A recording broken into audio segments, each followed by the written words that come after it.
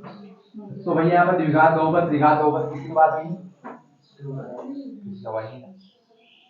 तो बहुपद हम किसी प्रकार का लिख लें, हम भले लिखते x घात 3 प्लस 4x स्क्वायर प्लस ये 5x हमने लिख दिया। ये क्या होगा? हमारा पहला बहुपद होगा।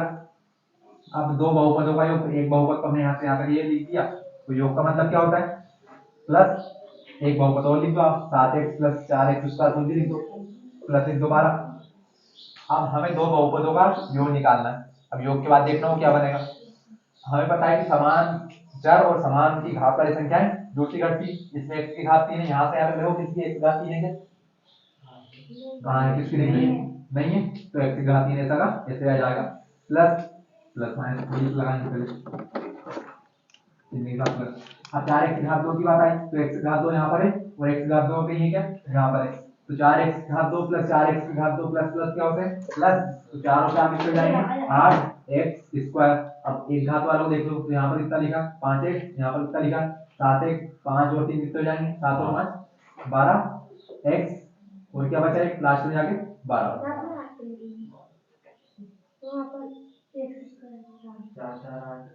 4 4 8।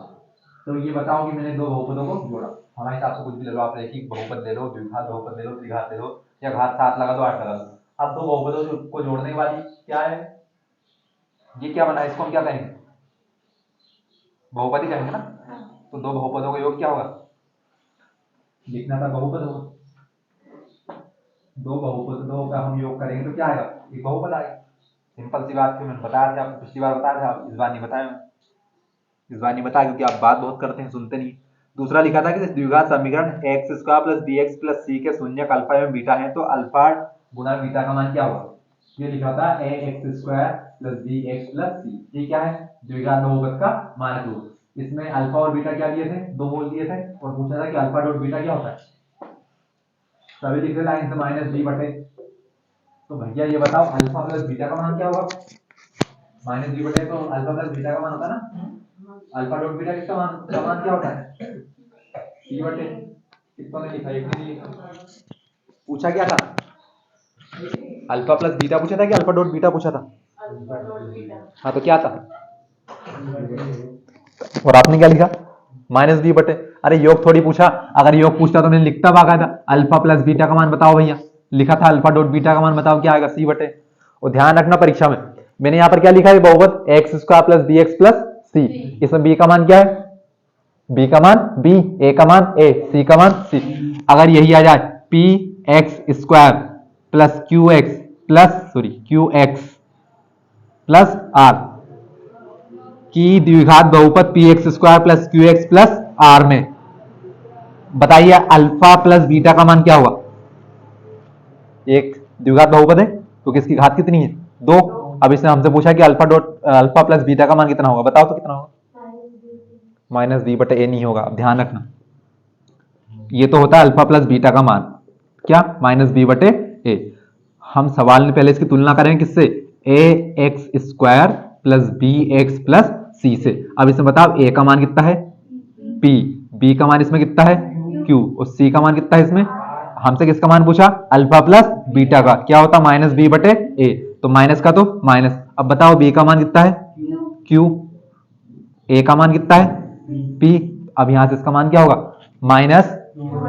माइनस क्यू बटे पी। ध्यान रखना, अगर बहुपद को बदल दे द्विघात बहुपद को, अगर x square plus b x plus c लिख के दे तो क्या होगा? माइनस बी बटे सी बटे। लेकिन अगर बहुपद को बदल दे p x square plus q x plus r कर दे, तो ध्यान रखना पहले से तुलना करना आप, x square plus b x plus c. एक के नंबर नहीं आए।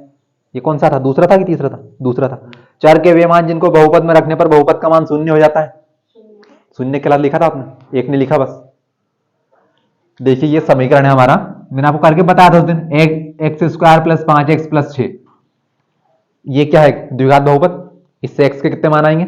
2 मान आएंगे। उनको हम क्या कहते हैं? अल्फा और बीटा। और वो होते क्या है? बेसिकली शून्यक होते हैं, मूल या शून्यक। अब जब उसी x का मान हम किसी का भी मान रखें यहाँ पर, तो पूरे बहुपद का मान क्या हो जाएगा? शून्य हो जाएगा। और उससे हम क्या कहते हैं? शून्यक कहते हैं। ये तो मैंने बता के भी गया था मैं आपको परसों। एक ने लिखा, बाकी कोई मतलब ही नहीं आपको। घात 2 के किसी बहुपद के अधिक से अधिक खालिस्तान शून्य हो सकते हैं। कोई लिख रहा है द्विघात बहुपद, हाँ तो 2 ही आएगा उसका उत्तर। भाई साहब ये द्विघात बहुपद है, इसका अधिक से अधिक कितने शून्य आएंगे? 2 आएंगे। ये एक बहुपद, इसका अधिक से अधिक कितने शून्य आएंगे? इसके दो आएंगे क्या? घात 3 है ना, घात 3 वाले का अधिकतम शून्य 3। एक एक बहुपद के कितने शून्य आएंगे अधिकतम?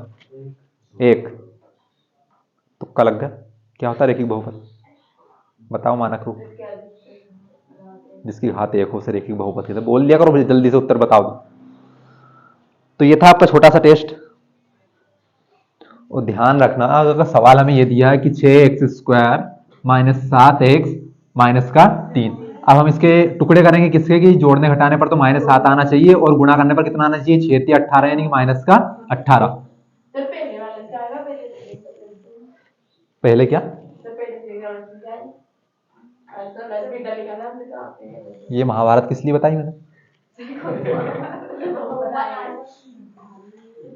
पहला सवाल लिखा था कि दो बहुपदों का योग क्या होता है, तो मैंने आपको जोड़ के बता दी कि बहुपद क्या होता है? चर और अचर का मिश्रण। तो एक बहुपद मैंने ये मान लिया, दूसरा बहुपद ये मान लिया।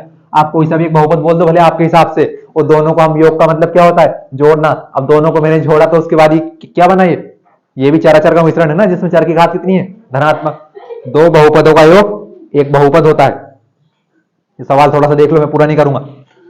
क्या लिखा? 6x² माइनस 7x माइनस का 3, यानी कि गुणा करने पर कितना आना चाहिए? 6 3 18 यानी माइनस का 18, और जोड़ने घटाने पर कितना आना चाहिए? माइनस का 7। अब आपने टुकड़े क्या बनाए? 9 और 2, ये बनाया ना 6x²। तो आपने लिखे प्लस का 9x माइनस का 2x माइनस का 3। तो भाई साहब मेरे को ये बताओ कि 9x प्लस का 2x माइनस का प्लस माइनस क्या होते हैं? अब 9x में से 2x जाएगा कितना बचेगा? 7x। वो प्लस का बचेगा कि माइनस का बचेगा? माइनस का बचेगा, प्लस का बचेगा ना, क्योंकि यहाँ आपने बड़ी संख्या की मानी है, प्लस की। तो हमें माइनस का चाहिए ना। तुम्हारा सर फोड़ दूंगा उठा उठा के। गलती सारणी की मैं नंबर दे रहा हूँ, फिर भी खुश हो रहे कि हमें इतने नंबर आ गए। नंबर 1 के नहीं आते, मैं माइनस में से नंबर चले जाते। तुम्हारे 2 नंबर का सवाल था, उसमें से आधा नंबर एक चिन्ह के काटता, फिर आधा नंबर दूसरे चिन्ह काटता, तो माइनस में नंबर आते। मैं बता रहा हूँ कि भैया आप 9x में से 2x घटाओ, कितना बचेगा आपका? 7x। लेकिन काय का बचेगा? प्लस का। तो हमें क्या प्लस का चाहिए? यहाँ पर काय का चाहिए? तो फिर बड़ी संख्या काय क्यों नहीं चाहिए? अब हम दोनों को माइनस कर देंगे, 9 और 2 क्या हो जाएंगे आपके? 11। तो फिर इसको क्या करना पड़ेगा? ये गलतियों को ध्यान रखना। निकालो part 3।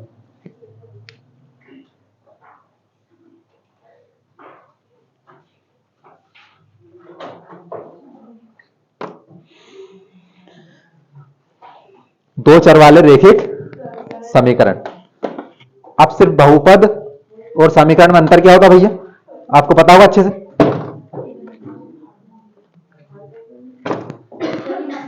What does the difference? शांति से बैठ जाए, आपको पता होगा बिल्कुल फर्क नहीं पड़ता, लेकिन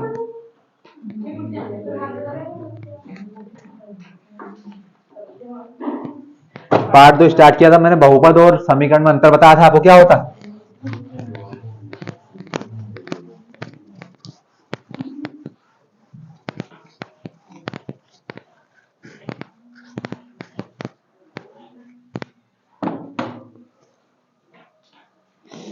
बहुपद और समीकरण में अंतर क्या? आपको बात करना तो बात कर लो भैया, आपको नहीं पढ़ना तो मना कर दो, मैं नहीं आऊंगा कल से पढ़ाने के लिए। मैंने 5-7 बार तो अभी ये बोल दिया, बात मत करो, बात मत करो।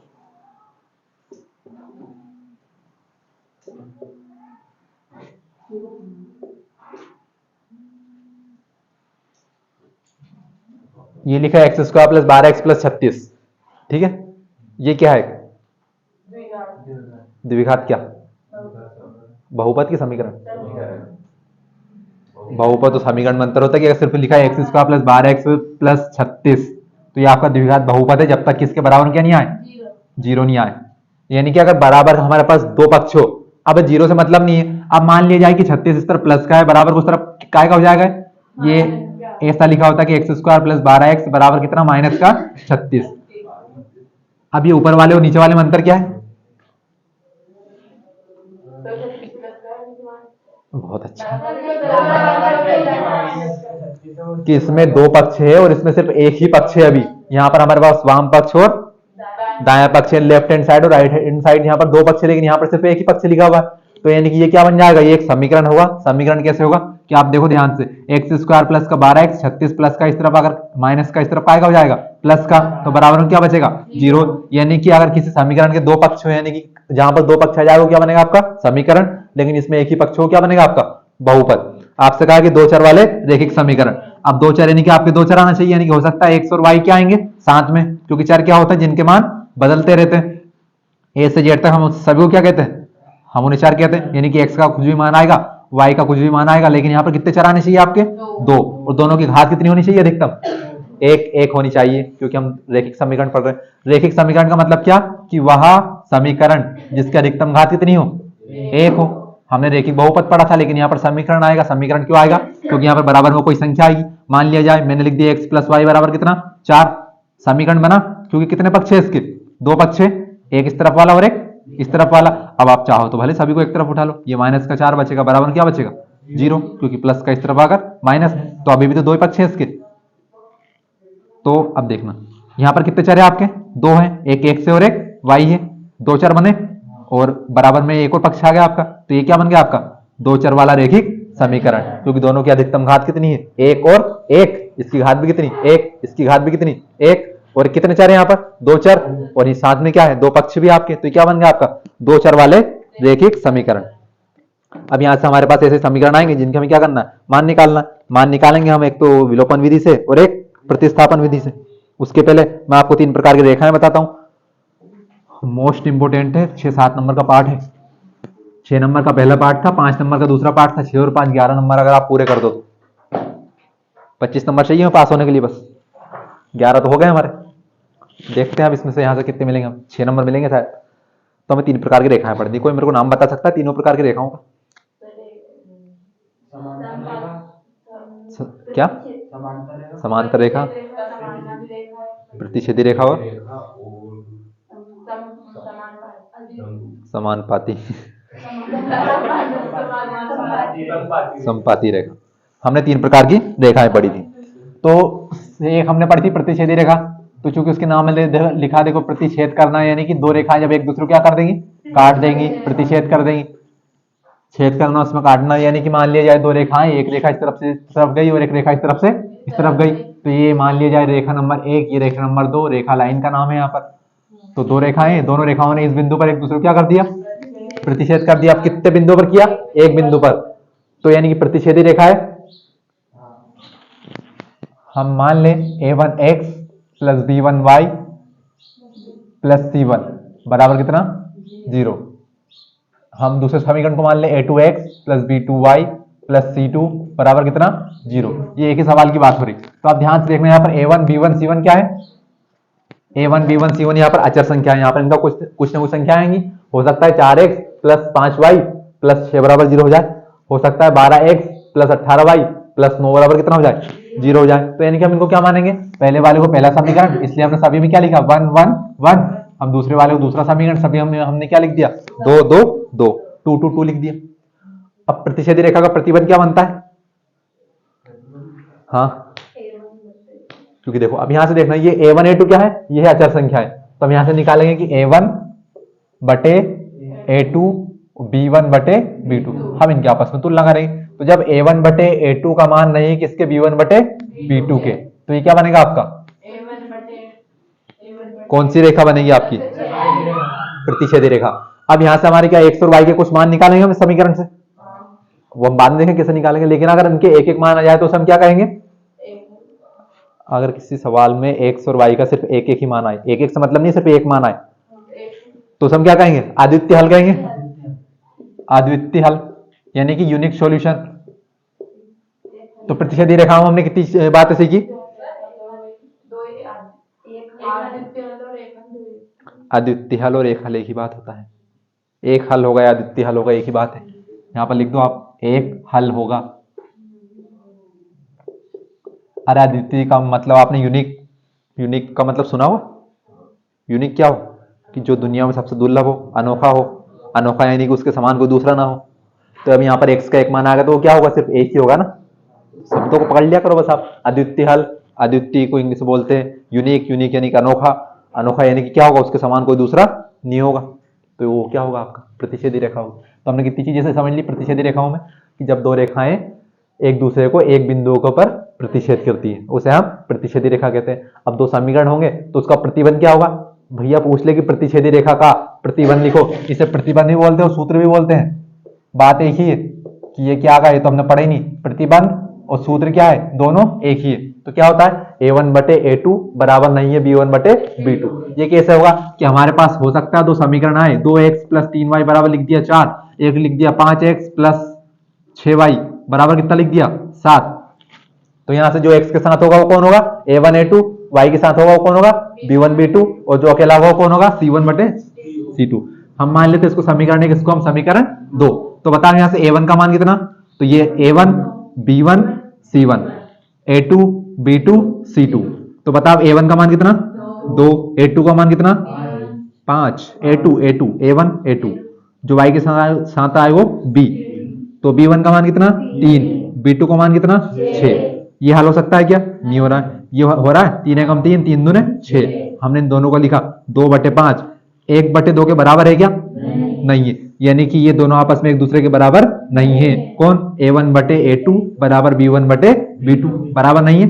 मतलब कि ये समीकरण किसके होंगे, प्रतिच्छेदी रेखा के समीकरण होंगे। इसमें हल किस प्रकार का होगा, इसमें एक हल होगा या अद्वितीय हल होगा। इसका सूत्र क्या बनेगा, a1 बटे a2 बराबर नहीं है b1 बटे b2। तो हो सकता है आपको दो समीकरण दे दे, पूछ ले किस प्रकार की रेखा बनेगी, प्रतिच्छेदी रेखा बनेगी। किस प्रकार का हल होगा, अद्वितीय हल होगा या अनेक हल होगा।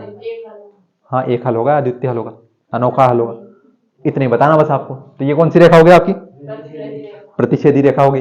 बात नंबर 2, कौन सी रेखा, समांतर रेखा। समांतर तो आपको रट गया होगा, बहुत दिन से बता रहा हूं आपको। समांतर रेखा, समांतर रेखाएं क्या होती है, when two lines are never meet each other, जब दो रेखाओं का कभी भी मिलन ना हो, उनका ख्वाब ख्वाब ही रह जाए। समांतर रेखा कि मान लिया जाए एक रेखा तो ये चली गई सीधी, एक रेखा ये चली गई सीधी, इन दोनों का कभी मिलन ही नहीं होगा। ये यहां से शुरुआत हुई पहली रेखा और ये दूसरी रेखा, तो हमारे बेसिकली समीकरण होंगे। यानी कि दोनों के बीच हमेशा क्या होगा, अंतर समान होगा। समांतर यानी कि समान, अंतर यानी कि उनको कितनी लंबी खींच दो आप, ये एक दूसरे से कभी नहीं मिलेंगी। ये दोनों रेखाएं क्या एक बिंदु पर मिल गई थी क्या, लेकिन ये नहीं मिल रही। अब चूंकि ये एक बिंदु पर मिली थी तो इनका एक हल हुआ था। अब क्या ये किसी बिंदु के ऊपर मिल रही है क्या, तो यानी कि इनका कोई हल ही नहीं होगा। अब यहां पर भी हमारे पास समीकरण आएंगे कैसे, a1 x plus b1 y plus का c1 बराबर 0। यहां पर भी आएगा a2 x plus b2 y plus c2 बराबर में कितना 0। हम फिर से वही काम करेंगे कि हम मान लेंगे इसको समीकरण 1, हम इसको मान लेंगे समीकरण 2। यहाँ पर a1 a2 क्या है, फिर से अचर संख्या है, यानी कुछ ना कुछ मान होगा। तो ध्यान से देखना, समांतर रेखा क्या होती, इसका हल किस प्रकार का होगा, कोई हल नहीं होगा। यानी कि इसमें किसी के मान आएंगे नहीं। मान क्यों नहीं आएंगे, क्यों, क्योंकि भैया कभी मिल ही नहीं रहे एक दूसरे से। ये एक बिंदु पर मिली थी इसलिए इनका एक हल हुआ था, ये नहीं मिल रही तो इनका क्या होगा, कोई हल नहीं होगा। नो सॉल्यूशन, कोई हल नहीं होगा। तो पूछ ले परीक्षा में समांतर रेखाओं का हल किस प्रकार होता है, ये हल किस प्रकार का होगा, तो कोई हल नहीं होगा। अब कोई हल नहीं होगा तो इसका प्रतिबंध क्या बनेगा, तो इसमें क्या होगा कि a1 बटे a2 बराबर होगा किसके, b1 बटे b2 के। यानी कि पहला और दूसरा तो बराबर होगा, लेकिन c1 बटे c2 इन दोनों में आपस में बराबर नहीं होंगे। यानी कि पहला और दूसरा तो बराबर होगा, लेकिन दूसरा और तीसरा आपस में बराबर नहीं होगा। कैसे, हमें तो सवाल करके बताओ, हम थोड़ी समझेंगे। 2x प्लस 7y, x के साथ कौन आएगा, अरे y तो आएगा, लेकिन x किसका, x के साथ होगा a, y के साथ कौन होगा b। और ये कितना होगा आपका, मान लीजिए 14, ये होगा आपका 4x, ये होगा आपका 14y, और ये होगा आपका 21। होगा, हम मान लेते इसको ये समीकरण 1 और ये समीकरण 2। तो अब चूंकि समीकरण 1 में सब क्या होंगे 1 1 1, a1 b1 c1। तो बताओ a1 का मान कितना 2, b1 का मान कितना, b1 सुन लिया करो 7, c1 कितना 14। अब a2 का मान बताओ 4, b2 का 14, जो समीकरण 2 में है, तो c2 21। क्या ये हल हो रहा है क्या, हाँ कर लो। 2 एकम 2, 2 दूने 4, 7 एकम 7, 7 दूने 7 दूने 14, 7 तिया, तो रखो 1 बटे 2, यहां से कितना बचा 1 बटे 2, यहां से कितना बचा, क्या ये दोनों आपस में बराबर है 1 बटे 2 1 बटे 2, क्या ये दोनों आपस में बराबर है, नहीं है। तो देखिए बराबर को हम कैसे लगाते हैं, बराबर, और जो बराबर नहीं है उनको बराबर को हम क्या कर देंगे, काट देंगे, यानी कि बराबर नहीं है। तो अब ध्यान से देखो, ये मान किसका था, A1 का, A2 का, B1 का, B2 का, C1 का। तो A1 और A2 तो आपस में दोनों बराबर है, ये देखो हमने यहां पर भी ये लिखा, लेकिन B1 और C1 के आपस में बराबर है क्या, तो ये किसका सूत्र बनेगा, समांतर रेखाओं का। तो जब दो रेखाएं एक दूसरे से कभी ना मिले वो समांतर रेखाएं होती है। प्रतिबंध क्या बनता है, A1 बटे A2 बराबर है B1 बटे B2 बराबर नहीं है C1 बटे C2। हल किस प्रकार का होगा, कोई हल नहीं होगा, आपके पक्के 2 नंबर मिलने यहां से। रेखा नंबर 3, अब देखिए प्रतिच्छेदी रेखा में क्या होगा कि दो रेखाएं कहां मिली थी एक दूसरे से, एक बिंदु पर। समांतर रेखाओं में कहां मिली थी, मिली नहीं की, नहीं मिली की, हम क्या करें, मत मिलने दो, उनकी किस्मत। रेखा नंबर 3 संपाती रेखा, कोइंसिडेंट लाइन। आपको यो कोइंसिडेंट का मतलब तो पता हो, नहीं पता कि हम का इंग्लिश वाले हैं कि हम हिंदी वाले हैं कि, हाँ फालतू बात मत पूछा करो कि हमसे। तो भैया संपाती रेखा क्या होंगी कि जब दो रेखाएं एक दूसरे का साथ ही नहीं छोड़े, साथ ही नहीं छोड़े, हमेशा साथ रहेंगे, तो पता ही नहीं चले इसमें कि पहली रेखा भी है और दूसरी रेखा भी कहां, इसी के ऊपर मानना पड़ेगा हमें। क्यों, क्योंकि दो रेखाएं हमेशा कब हो, जब प्रत्येक बिंदु पर क्या हो, साथ हो। होता है ना, नई नई शादी होती हो, लड़का घर से बाहर ही नहीं जाए, दिन भर साथ में रहे। तो भैया मान लिया जाए कि पहली लाइन भी यही, ऐसी बात बोल दो कि हमसे हंसने की दिवस है, हाँ कोई बात नहीं, हंस लिया कर तुम तो मान लिया जाए पहली लाइन भी यही, दूसरी लाइन भी यही, तो हंस लिया कर, पर अब सवाल देख लो। देखो हमारे दिमाग में ना बात बैठनी चाहिए, कैसे बैठे। अब भैया दो लोग हमेशा साथ कब रहेंगे, हाँ तो ऐसे रहेंगे जैसे आप समझ। तो बात यह है कि जब दो रेखाएं हमेशा एक दूसरे के साथ रहे, यहां पर इनका मिलन नहीं हुआ, यहां पर सिर्फ एक बिंदु पर हुआ था, यहां पर तो हमेशा ही साथ है। अब ध्यान से देखो, आप एक बिंदु पर हुआ तो कितने हल आए, एक हल आए। हंस लो, पर हंस के बाद हंसने के बाद बंद हो जाएगा। यहाँ पर एक बिंदु पर मिले कितने हल हुआ, एक हल हुआ, यहाँ पर मिले ही नहीं तो कोई हल, उत्तर ही नहीं मिला। अब यहाँ पर तो सारे बिंदु पर साथ है, तो कितने हल होंगे, अनेक, अनंत हल होंगे, अनेक हल होंगे, बात एक ही है। तो यहाँ पर हल कौन सा होगा आपका, अनेक। क्यों, क्योंकि ये तो देखो एक बिंदु ये, एक बिंदु ये, एक बिंदु ये कई सारे बिंदु मिल रहे हैं यहाँ से यहाँ तक, तो कितने बिंदु जोड़े हम, तो हम जोड़ेंगे नहीं, हम बोलते हैं कितने बिंदु है, अनेक बिंदु। अब चूंकि अनेक बिंदुओं पर एक साथ मिल रहे तो यानी क्या होंगे, इनके अनेक हल होंगे। अब अनेक हल होंगे का वो क्या बोलते हैं, अनंत भी बोलते हैं, अनंत हल होंगे या अनेक हल होंगे। अब इसका समीकरण कैसे बनता है, अब चूंकि ये देखो सभी बिंदुओं पर साथ है, इसमें एक बिंदु पर साथ थे तो बराबर नहीं थे, इसमें साथ नहीं थे तो पहला दूसरा बराबर था, दूसरा तीसरा बराबर नहीं था। इसमें क्या होगा, इसमें हमेशा ये बराबर होंगे। अब चूंकि साथ साथ ही होंगे तो बराबर ही होंगे वो तो, 7 जन्मों की कसमें खाई इन्होंने। A1 बटे A2 बराबर B1 बटे B2 बराबर C1 बटे C2। इसमें क्या होगा, सभी मान आपस में क्या होंगे, बराबर।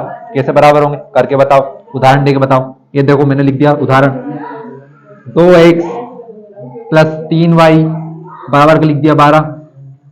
Please don't talk, keep quiet. 12x plus 2 छंगे 12, 3 छंगे 18 और 12 छंगे 72। ये देखिए मैंने दोनों समीकरण लिख दिए। अब हमें तो पता चल ही नहीं अगर बराबर है या नहीं है, हम पहले तुलना करेंगे। तो बताओ A1 का मान कितना, 2। ये समीकरण एक में सब A1 B1 C1, तो B1 का मान कितना, 3, B जो Y के साथ, और C1 कितना 12। अच्छा A2 का बताओ 12, B2 का कितना 18, C2 का 72। तो क्या यहाँ आपस में बराबर है क्या, अभी तो नहीं है, लेकिन देख लो हो सकता हल हो जाए। तो 2 एकम 2, 2 छंगे 3 एकम 3, 3 छंगे 12 एकम 12, 12 छंगे 72। लिखो 1/6, 1/6, 1/6। क्या दोनों आपस में बराबर है, क्या दोनों आपस में बराबर है, हाँ ये तो जीवन साथी बन गए कि सारे बिंदुओं पर क्या है, बराबर बराबर बराबर, यानी साथ है, यानी कौन सी रेखा बनेगी, संपाती रेखा। मैंने हल लिख दिया यार, रेखा बनेगी, हल कहां से होगा, संपाती रेखा। मजाक नहीं कर रहा हूँ, गारंटी से बोल रहा हूँ, इस बोर्ड के ऊपर आपके 2 नंबर छुपे हुए हैं। और ऐसे पूछेंगे, पूछ लेंगे संपाती रेखा का सूत्र क्या बनेगा, A1 बटे A2 बराबर B1 बटे B2 बराबर C1 बटे C2। पूछ लेगा संपाती रेखा में किस प्रकार का हल होता है, अनेक हल होते हैं या अनंत हल होते हैं। इतना सिंपल है बस ये। और देखो नाम में भी समांतर यानी समान अंतर, यानी कि मिलना ही नहीं है इनको। यहां पर देखो आप प्रतिच्छेदी, प्रतिच्छेद रेखा लिख दी मैंने, प्रतिच्छेदी रेखा यानी कि सिर्फ एक बिंदु पर एक दूसरे को प्रतिच्छेद करते, संपाती यानी कि हमेशा ही साथ हो, तो क्या हो जाएंगी आपकी संपाती रेखा। बाद में चले जाना क्या। हाँ मैं समझ गया उनकी भावनाओं को, चिंता मत करिए, आप वो क्या कहना चाह रहे हैं। तो भैया इसके अलावा आपको कुछ है ही नहीं। कितने प्रकार की रेखाएं, 3 प्रकार की रेखाएं, 2 चर वाले रेखिक समीकरण पढ़ रहे हैं हम। मैंने आपको रेखाएं बताई।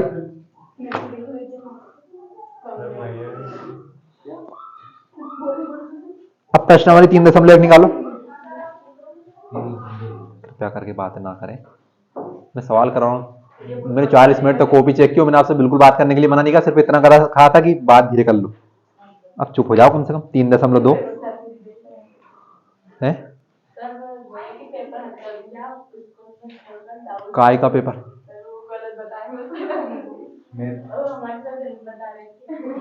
वो आप बता लो क्या गलत बता रहे हैं। कौन सा बता रहे हैं गलत? सत्य सत्य, ट्रू एंड फॉल्स।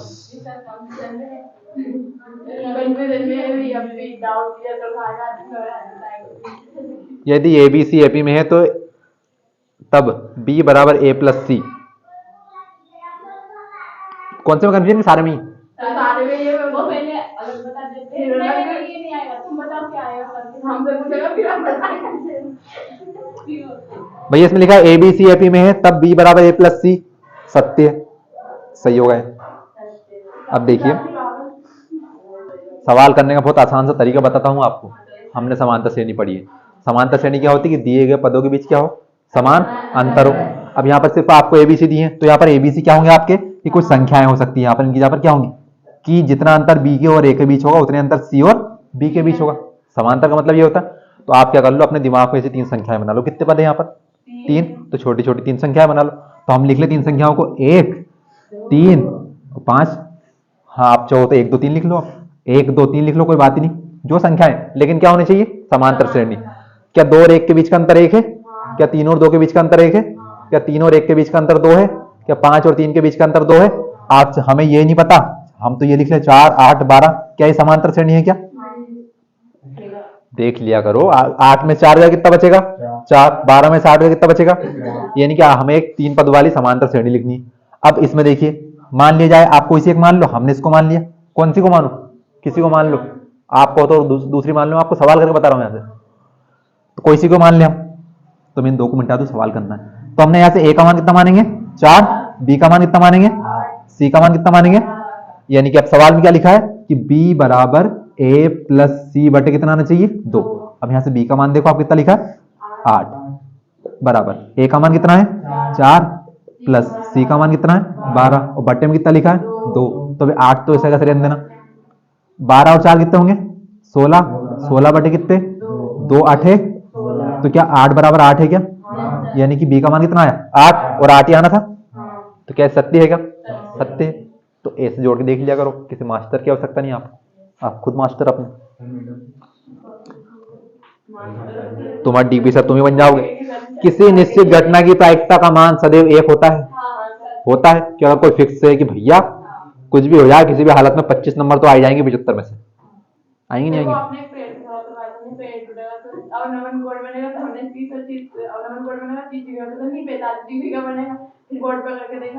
पहली बात तो पेड़ टूटेगा तो नमन कौन कहाँ बनेगा उसमें? हाँ कि बन सकते।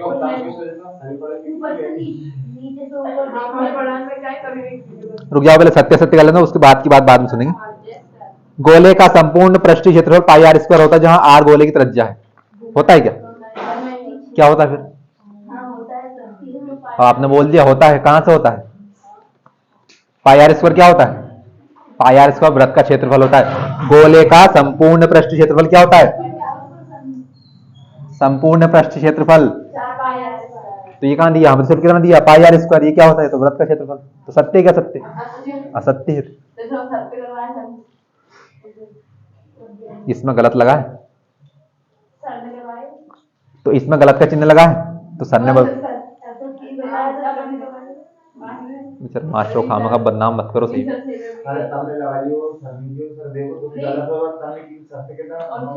हाँ चलो, हाँ तो क्या सत्य नहीं असत्य है, अगर कोई बोलते तो भैया खैर मेरे पास तो मत लेना, पर हाँ मतलब आप भले एमपीवीएस से चले जाना, क्योंकि गोले का संपूर्ण पृष्ठीय क्षेत्रफल ये होता है 4 पाई आर स्क्वायर। हमें क्या दिया था, पाई आर स्क्वायर, जो कि गलत है। किसी वृत्त की अनंत स्पर्श रेखाएं हो सकती, इसमें लिखा है किसी वृत्त की अनंत स्पर्श रेखाएं हो सकती, सत्य है क्या, सत्य है? सत्य है। क्या होती है स्पर्श रेखाएं? अब आपको कंफ्यूजन नहीं है तो मास्टर को है, स्पर्श रेखाएं वो कि जो वृत्त को सिर्फ स्पर्श करे एक बिंदु के ऊपर, तो एक ये कर दिया, कहां कर दिया, तो प्रतिच्छेद रेखा बन गई, सॉरी छेदक रेखा बन गई। ये बने आपकी स्पर्श रेखा, जो ऊपर स्पर्श करती हुई चली गई, और ये स्पर्श करती हुई, ये इसके अंदर से जाएगी, मतलब कि इसके अंदर घुस गई, मतलब कि 2 बिंदुओं पर प्रतिच्छेद करे। स्पर्श करना मतलब कि ये मेरे हाथ को मैं स्पर्श कर रहा हूं, अगर छेद करना तो उंगली आर पार जानी चाहिए हाथ के। तो क्या बनेगी स्पर्श रेखा, कितनी बनेगी? 2 बनेंगी, एक ऊपर और एक नीचे। तो अनंत आएगा किसका उत्तर? नहीं आएगा। तो फिर क्या आएगा, सत्य क्या असत्य? असत्य आएगा। तो इसमें सत्य लिखा है क्या? गलत है। यदि किसी घटना की प्रायिकता P बराबर, घटना की प्रायिकता P है तो, हाँ किसी घटना की प्रायिकता ये लिखा भैया 0 से बड़ी या बराबर, उसका P और बड़ी या बराबर 1, हाँ ये सत्य है क्या, सत्य? इसका मतलब क्या होता है कि किसी घटना की प्रायिकता है, तो घटना की प्रायिकता देखिए, ये एक तो लिखा बड़ा और एक लिखा बराबर। देखिए अब हम कोई काम करेंगे, हम किसी काम का बिल्कुल अनुमान लगा रहे हैं कि अगर कोई काम होगा ही नहीं तो किसके बराबर हो जाएगा, 0 के। अगर कोई काम आधा हुआ तो किससे अधिक हो जाएगा, 0 से अधिक हो जाएगा। ठीक है, अब मान लिया जाए कोई काम पूरा हो गया कि हमने पास होने का था और हम पास हो गए, तो किसके बराबर हो जाएगा, 1 के बराबर हो जाएगा। लेकिन क्या प्रायिकता का मान 1 से अधिक हो सकता है क्या? हो सकता है क्या? नहीं हो सकता, हमने तो पढ़ा है। तो ये क्या होगा आपका, सत्य हो जाएगा ना महान बाबू। अगर काम नहीं हुआ तो क्या होगा, 0। अगर काम होगा तो कितना हो जाएगा, 0। तो या तो प्रायिकता का मान 1 के बराबर हो सकता है, 0 के बराबर हो सकता है, 0 से अधिक हो सकता है। इसका मतलब होता है बड़ा या बराबर, ये नीचे ये, इसका मतलब सिर्फ क्या होता है, बड़ा। इसका मतलब क्या होता है, बड़ा या बराबर। तो यानी कि 0 1 के बराबर या बड़ा हो सकता है, लेकिन 1 से बड़ा नहीं होगा। कुल मिलाकर 0 से अधिक हो सकता है और 1 के बराबर हो सकता है। लास्ट का क्षैतिज तल से ऊपर की ओर देखने पर दृष्टि रेखा क्षैतिज रेखा के साथ अवनमन कौन बनाती? ये क्या है, सही है कि गलत है? क्षैतिज रेखा से तल के ऊपर की तरफ। अब क्षैतिज रेखा कहां बनेगी, जो पृथ्वी के समांतर बने। ये मेरी आंख से बन गई क्षैतिज रेखा। अब इससे ऊपर की ओर देखना आप, तो क्षैतिज रेखा से ऊपर की ओर देखने पर दृष्टि रेखा क्षैतिज रेखा के साथ अवनमन कौन बनाती है? तो ध्यान से देखना, ये मेरी क्षैतिज रेखा बन गई आंख से, और अब ऊपर की तरफ देखने में कौन सा कोण बनेगा, उन्नयन कोण बनेगा। तो इसमें अवनमन लिखा है, तो क्या होगा, सत्य होगा या सत्य होगा, असत्य होगा। अगर ऊपर से नीचे की तरफ देखने पर क्या बनता है, ये असत्य, इसमें सत्य लगा है, असत्य है। और कोई सवाल में?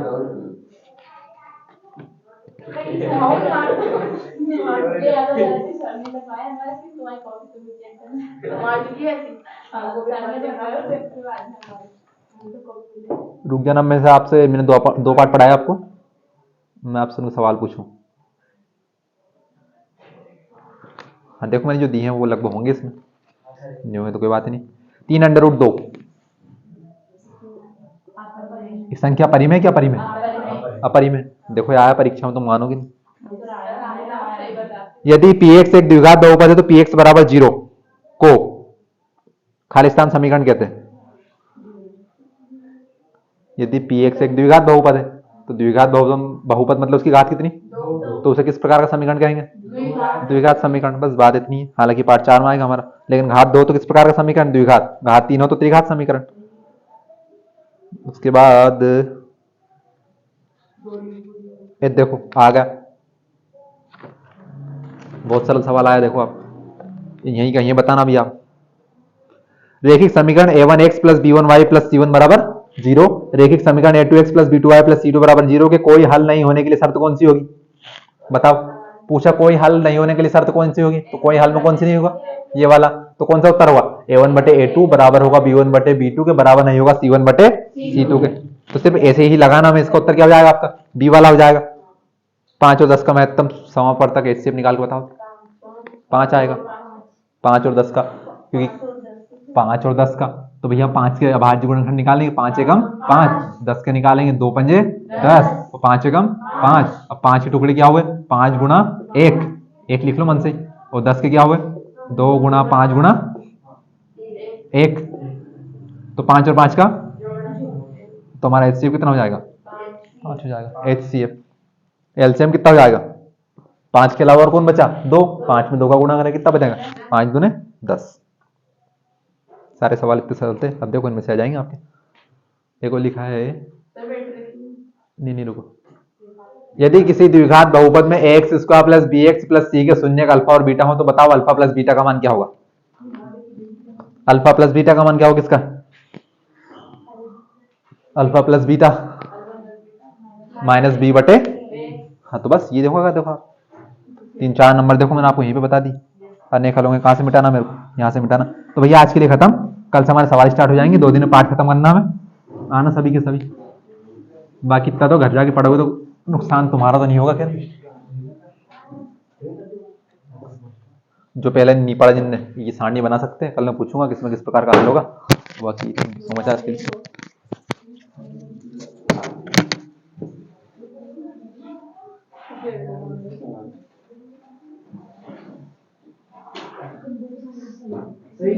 काफी